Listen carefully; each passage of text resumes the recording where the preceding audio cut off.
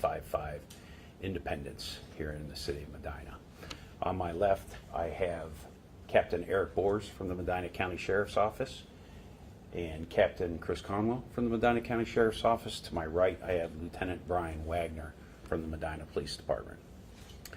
I want to give you a little context on why the Medina Police Department is involved in this investigation. We have a unique situation here where our County Sheriff, Terry Grice, was involved in this officer-involved shooting. Terry Grice and Deputy Doug Kleinage were the two officers involved in this shooting. I'll recap what happened at the Sheriff's Office. Yesterday, July 17th, around 6:04 p.m., they were notified by a citizen who came from the parking lot to their outdoor intercom system, pressed the button and notified the dispatch central command that there was a female out in the parking lot creating a disturbance. The citizen also indicated that she was armed with a firearm. At about that same time, Sheriff Terry Grice and Deputy Doug Kleinage were in the sheriff's office and observed this disturbance happening out in front of the sheriff's office. They exited the sheriff's office right there to investigate this complaint and confronted this female who was at the front lobby area, still outside, but at the front lobby area of the sheriff's office, she was armed with a knife and a gun at the time. Sheriff Grice and Deputy Kleinage gave commands to the female to drop her weapons. The female at one point charged towards the two. Deputy Kleinage attempted to tase the female. There was no effect with that tasing attempt. The female lunged again and was shot by Sheriff Grice. He discharged his service weapon. The female was identified as Victoria Carter. She lives on Ryan Road in Medina, Lafayette Township. She was deceased at the scene after life-saving efforts failed that the deputies provided. I do have a video that I can play for you. I will play it in its entirety, and I will give some brief comments for context as we play the video. It's important to know also that no officers or deputies were injured during this incident.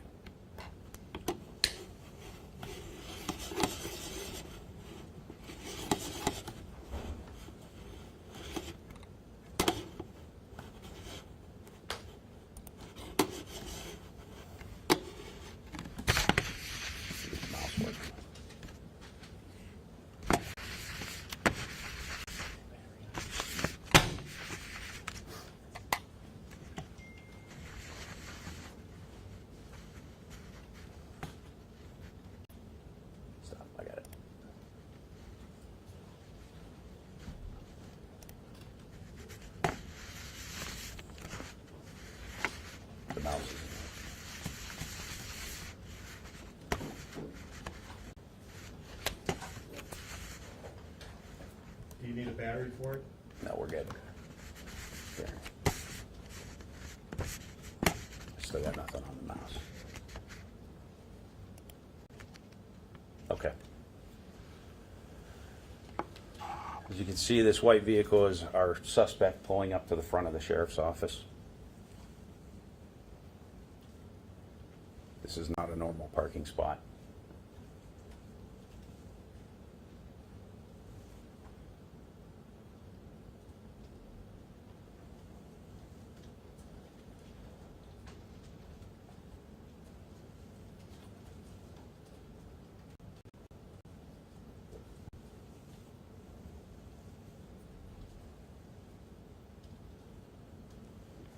You'll see shortly here Ms. Carter exit her vehicle, and the citizen that was in the parking lot will come out of this van and approach her.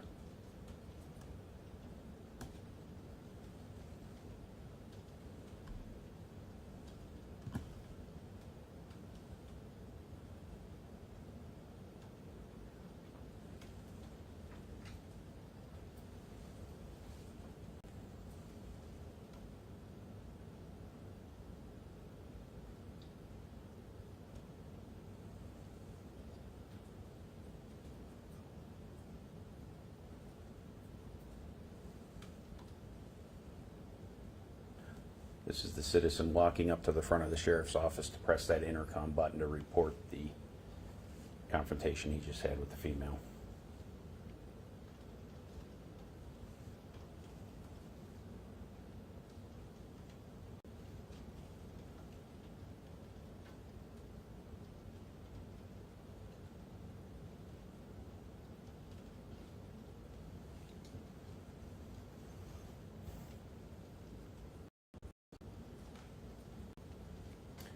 This is a citizen coming back from reporting her.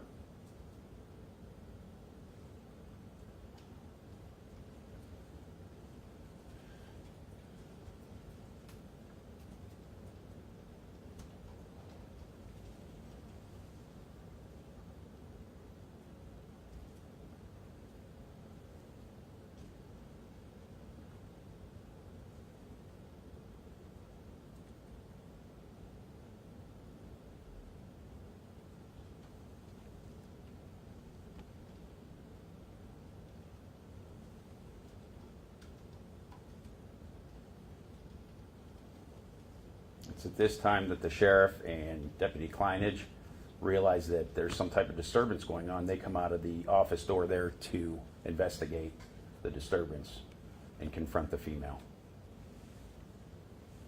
As you can see, Ms. Carter is still armed with the gun and a knife.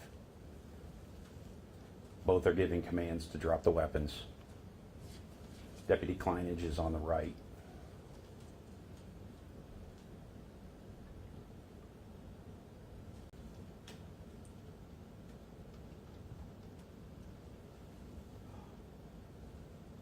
This is where Deputy Kleinage attempts to tase Ms. Carter. The taser wires are out. Clearly the taser had no effect. And that's the end of the tape that we're releasing. So as you can see, officers fired on her when she lunged that last time, still armed with, at the time, what they believed to be a gun and a knife. We later found out through the BCI crime scene investigators that the firearm was a replica firearm. However, the knife was a real knife. Obviously a tragic incident for the family of Ms. Carter, as well as the entire staff of the Medina County Sheriff's Office and the Medina Police Department. I can answer some brief questions if you have any, sir. Can you tell us how many shots were fired by the sheriff, and did the deputy fire as well? The sheriff was the only officer that fired, and the crime scene unit from BCI has not told us how many rounds were fired. Can you tell us about Ms. Carter's background? Did she have any kind of a criminal history? Were you aware of any kind of a mental health history that might reveal why this happened? We are not aware of a criminal history. She was known to us. She has an extensive history of mental health issues. And can you talk about how sad that is that this was the outcome of that? It's absolutely tragic that she was unable to get the help that she needed so that this end result didn't happen. Do we know specifically, or do we have any idea why she showed up, why she parked the way she did, why she had the weapons?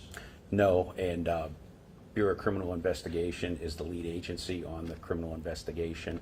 I'm sure that will come out as they progress through their investigation. Again, this just happened yesterday, so it's very preliminary in the investigation. Does she have any connection to the man who approached and informed you through the intercom, or any connection to anyone with the sheriff's office?